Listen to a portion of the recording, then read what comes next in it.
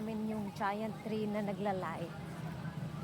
Everybody's in a hurry kasi few minutes na lang mag-start na yung light. 8 ba, Lavi? Tingnan nyo. Bibilis nilang maglakad. Madami-dami ang tao ngayon. So, hinahunting pa namin yung mga trees kung saan siya nakaposisyon.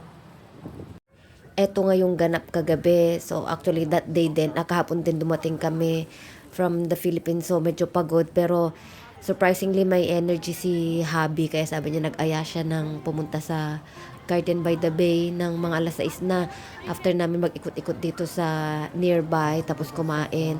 Ayan, madaming tao. So, sinundan lang namin yung crowd at napunta nga kami dito sa Tatlong Giant para dun sa light show. So, sabi ng Google, it's 7, may light show ng 7:45 tapos 8:45. So, dumating kami dyan alas 8. So, tapos na pala yung tapos na yung 7:45. So, inantay namin yung 8:45 pero wala. So, nag-change yan actually ng light. Parang nag-blue siya. Kala namin mag-umpisa na kasi mga past 8 na yun eh. Ay, past 8:45. So, mga 8:50. Kala namin yun na. Yun pala wala ang sabi nung guard na nag-a-assist sa amin. Ang 7:45 lang pala yung show. Tapos wala na.